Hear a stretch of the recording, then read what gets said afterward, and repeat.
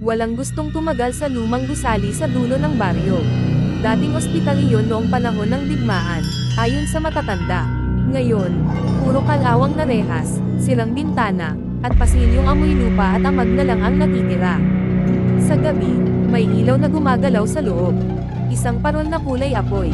At may lalaking nakikita ang ilan, isang payat na anino na may sombrero, hawak ang lampara, at may ngiting hindi mo gugustuhing makita ng malapitan. Tinawag nila siyang caretaker, pero walang nakakaalam kung sino talaga siya. Nagsimula ang lahat ng tanggapin ni Marco ang trabaho bilang tagabantay ng gusali.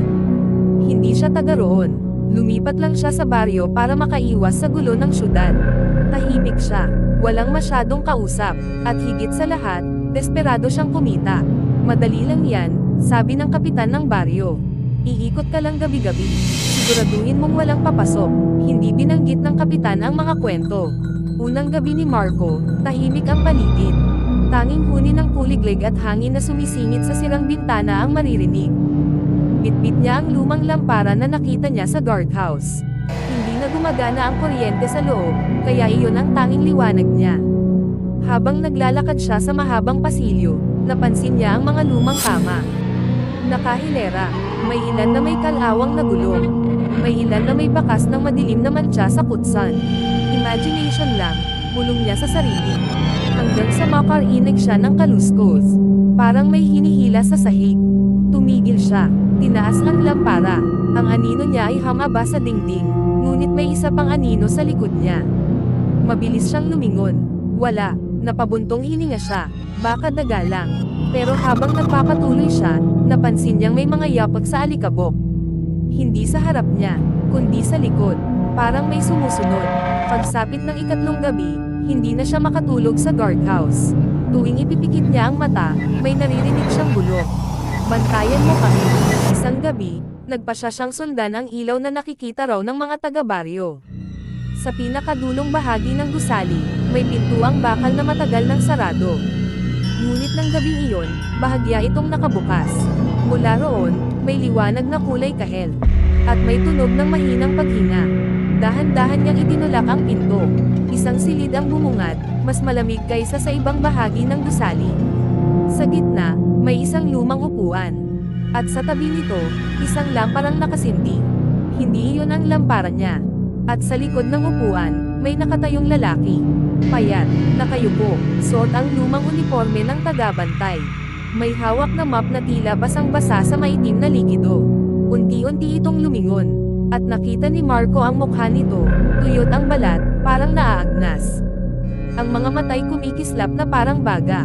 At ang ngiti, malapad, halos mapunit ang pisngi. Salamat, sabi ng nilalang, paus ang boses. May papalit na rin sa akin. Napaatras si Marco. Ano ka ba?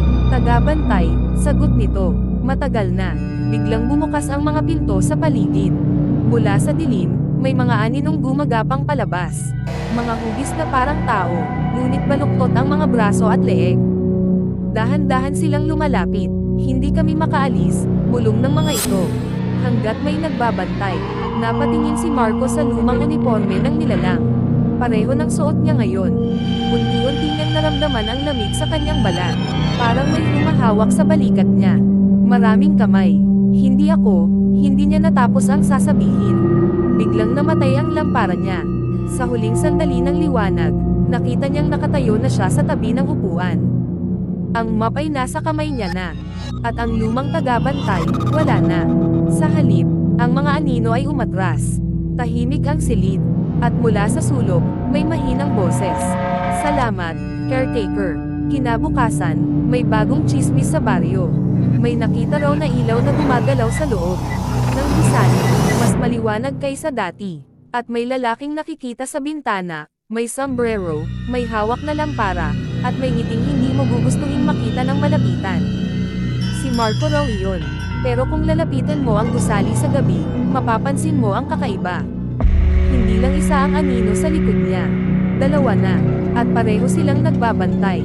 Sa mga hindi makaalis, sa mga hindi mapatahimik, sa mga naghihintay ng susunod na papalit. Dahil sa lumang gusaling iyon, may batas na hindi nababago. Kapag tinanggap mo ang trabaho ng caretaker, Hindi ka na kailanman makakaalis.